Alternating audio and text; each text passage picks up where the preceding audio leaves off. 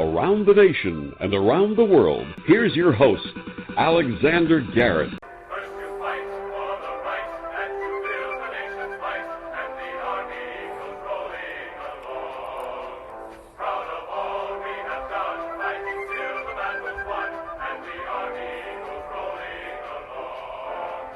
Then it's high, high, hey, the army's on its way.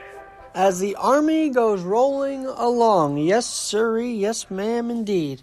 And I mentioned that song. I play that song to start out because I haven't gotten a chance to fully tell you how grateful I was to be at Fort Hamilton on Friday night for Ray Negron's baseball story.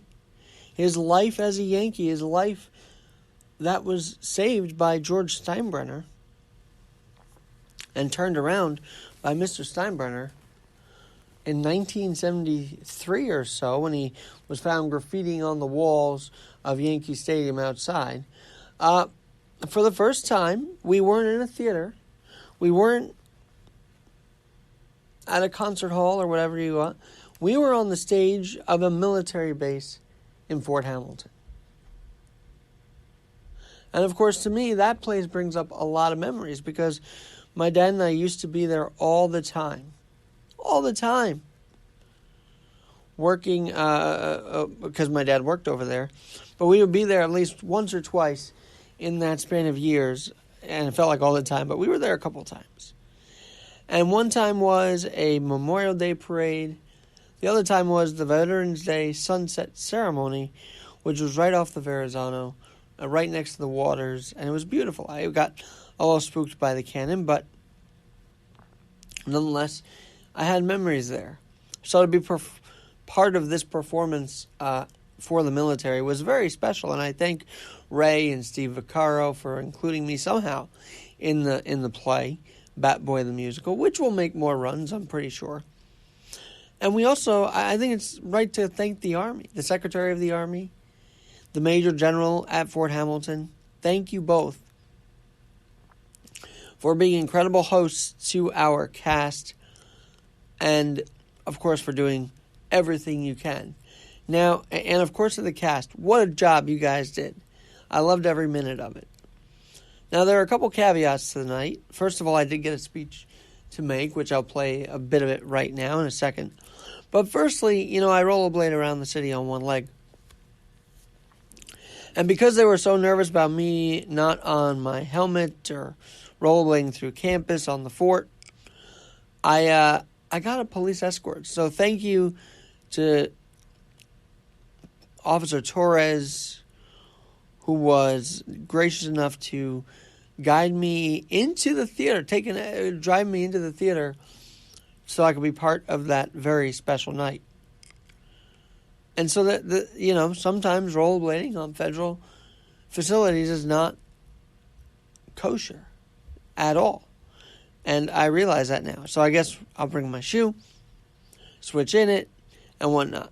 But again, thank you to the courteous nature of Fort Hamilton's police security, because they noticed that I was really wanting to be part of the event, and they said, you know what, we'll help you, we'll drive you there. So thank you so much. And it's kind of reminded me of the kindness exuded to us by the NYPD. Midnight Mass, 1999, I believe. It was freezing cold Christmas Eve after Midnight Mass, or Christmas morning after Midnight Mass with my dad. NYPD drove me home from St. Patrick's Church. We were a cathedral. We were right on East 44th Street. They drove us there. I kid you not. And it was such a beautiful moment. So what happened on Friday night took me back a little bit. Now, the other interesting thing is I did happen to go through the base for rehearsal on Thursday night. And what I really, really appreciated in this time of war, fears of war, in this time of, I don't even think there's going to be a war, but there's tensions, right? And in times where the military may not be appreciated enough, just rolling along, walking along that base, seeing all the pride that goes into the men and women training and serving there at Fort Hamilton. You see it. You see the pride this Army base has for America, for its people. And it gave me pride to still know that there are good places where the military is supported and loved. And we need that. In such a time like this, we desperately need that, don't we? We can't continually bash military or bash military decisions. We have to praise our military. We have to praise them because they are keeping us safe day in and day out. And I'm going to play you this audio bit because Ray did have me come up and ask me what I want to tell about the crowd, about George Steinbrenner. Take a listen. This is about George. What do you got to say about Mr. Steinbrenner? First of all, Mr. Steinbrenner, like all of us here, love the military. Thank you so much for everything you've done. And so that was a very special moment. I had the chance on a stage at Fort Hamilton to say thank you to the military. But I was thinking about this today when I was about to podcast about this.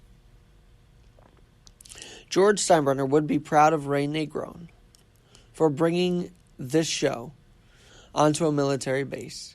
If you've ever been to Yankee Stadium, you know we have military appreciation days. That the Yankees have supported wounded warriors. That we've had parachuters jump into Yankee Stadium. That was just a part of his love of the military. Let's not forget on SNL, George Steinbrenner loved playing General George Patton. That was one of his main idols. He loved Pat.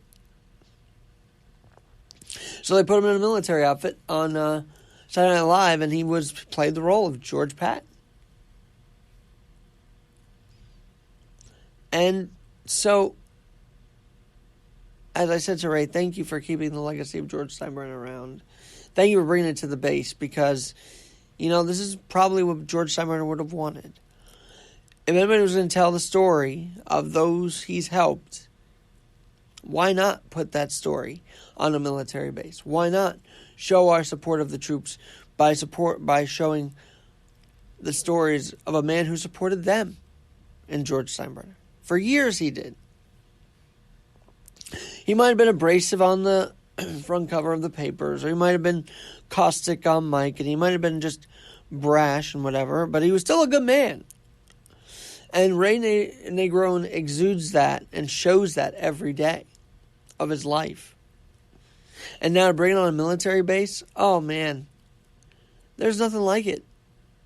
There's nothing like in front of the military personnel showing a story of a man that did love the military as much as he loved his baseball team. And if I send this to Ray, I'm sure he wouldn't disagree with that. Because he was all about supporting great causes off the field, building schools, helping colleagues, and helping even his own employees when they needed it. Did so many things that no one talks about because he didn't want it that way. He didn't want one person to know the good deeds he did. I guess he learned that from his father, I think he would say. But as we hit the 10-year mark in July, All-Star Game July 2010, of Mr. Steinbrenner's passing, to kick off the year, performing this at a place where at a place that Mr. Steinbrenner really admired. He loved forts, military forts, I could tell. He loved supporting the military. And then seeing the great cast elevate the performances was just extremely, extremely special.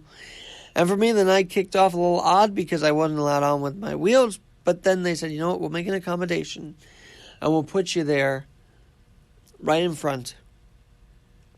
We'll drive you to the theater. And they did.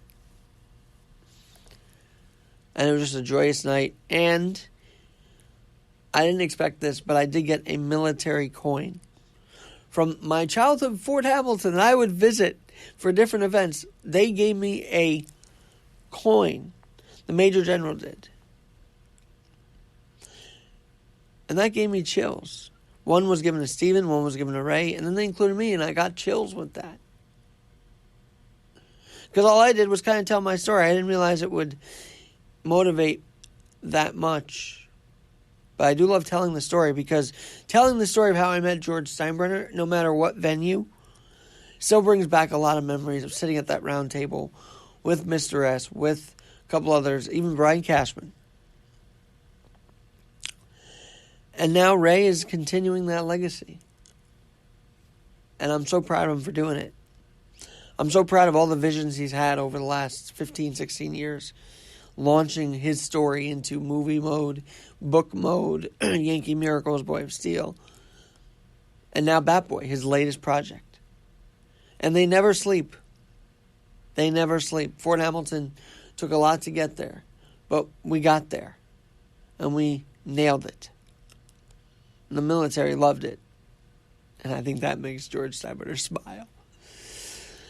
I'm Alexander Garrett. We'll talk to you soon because, well, we've got some sports to talk about with a new colleague and commentator that I'm aware of, so we'll get that later tonight. But right now, yes, Fort Hamilton, thank you so much. Ray Negron, Steve Vaccaro, Alex Martin, Layla, Dave Revels, Gigi, Luigi, the former BatBoy in 98 with Yanks won the World Series. And we've just got so many more.